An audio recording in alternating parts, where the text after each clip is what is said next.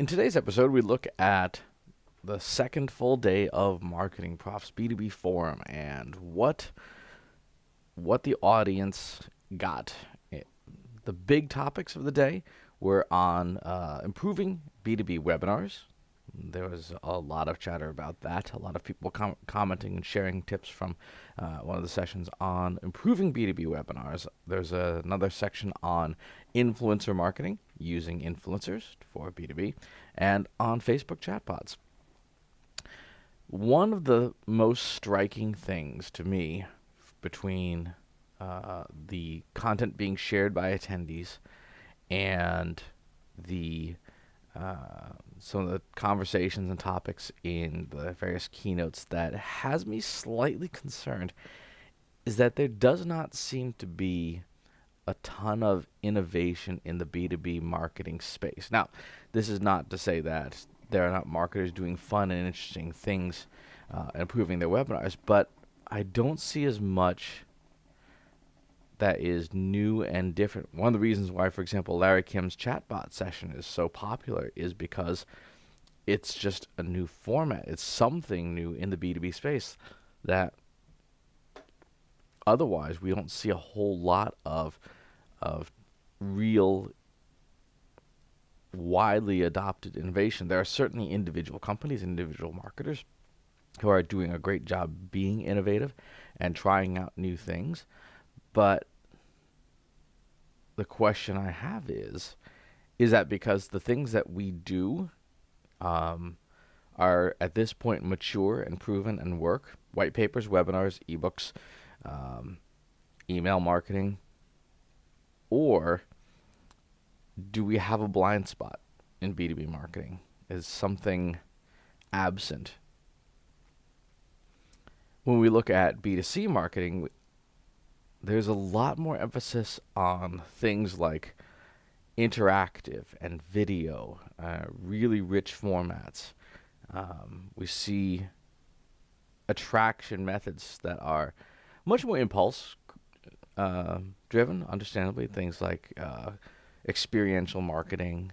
But I don't see that in B2B, or certainly not as widely adopted as, for example, say, the venerable webinar.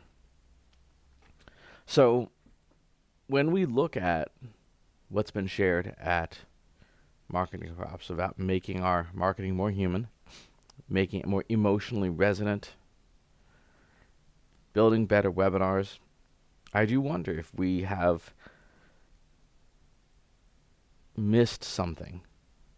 If we've missed something as marketers in the B2B space that is not, it is a missed opportunity. Certainly video, even just stuff like this, video is relatively rare compared to B2C. There are plenty of individual practitioners who are cranking out video, but I don't see as much in the way of a coordinated strategy on the video front. And that's partly because B2B brands tend to be very concerned about having bespoke quality as opposed to just getting something out there. And so video production has substantially longer times and higher costs if you want it to look like professional broadcast quality. Obviously, if you don't mind it being on somebody's phone, it has the same speed and quality and budget as shooting something on someone's phone. The other thing that is always interesting every year at MarketingProfs is the new faces, tons of new faces in the field, which in itself, by the way, is great because you always want new talent, you always want new ideas. But the challenge I see is that the new faces and the new people lack good training in the basics. And so that inhibits innovation. If every 6 months you're hiring new people and they're like, what's Google Analytics? We need to train them. But in the period of time, we're not advancing as quickly as we could be because we're losing that institutional knowledge as other people move up in the organization and move on. And so that may also be a contributing factor to a seeming lack of innovation in the B2B space. If every 6 months we're moving people around in our organization, the only documented procedures may be around a handful of tactics like white papers, webinars, and ebooks. And so we need a better way of creating, and we need a faster way of creating so that we don't lose the institutional knowledge when someone moves roles within a company. Equally true, we need to, as marketers, make sure that we are continuing to train and appeal to people who are wherever they are in their career life cycle, as opposed to providing just a certain type of content or a certain type of point of view. It's so funny looking through a lot of the literature that's laying out everywhere on the trade show floor. Everything is being targeted towards the CMO. Well, no, this is the CMO, and it neglects everybody else in the buying decision process. Very often, the CMO is not the one who is putting the shortlist together for the RFP. The CMO is not the one Googling and reading, reviews on G2 Crowd.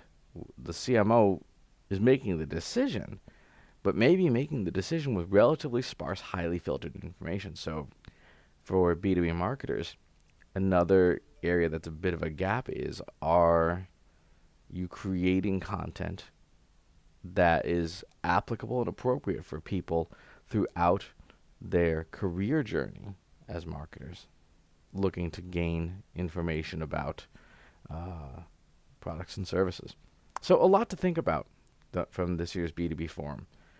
It is always great to see old friends and make new friends, and to all the people who showed up at the AI talk I gave, thank you for being there. If you were not able to make it but you want to catch some of the materials, you can go to wherecanigettheslides.com. That will take you to the Trust Insights website where you can download them. And we'll be keeping an eye on this space. MarketingProfs will be moving back to the East Coast next year, in Washington, D.C. So I hope that if you didn't get a chance to attend this year, that I will see you at the next MarketingProfs event and the next events. But thanks for watching. Thanks for submitting your questions. Please subscribe to the YouTube channel and the newsletter. We'll talk to you soon. Want help solving your company's data, analytics, and digital marketing problems? Visit trustinsights.ai today and let us know how we can help you.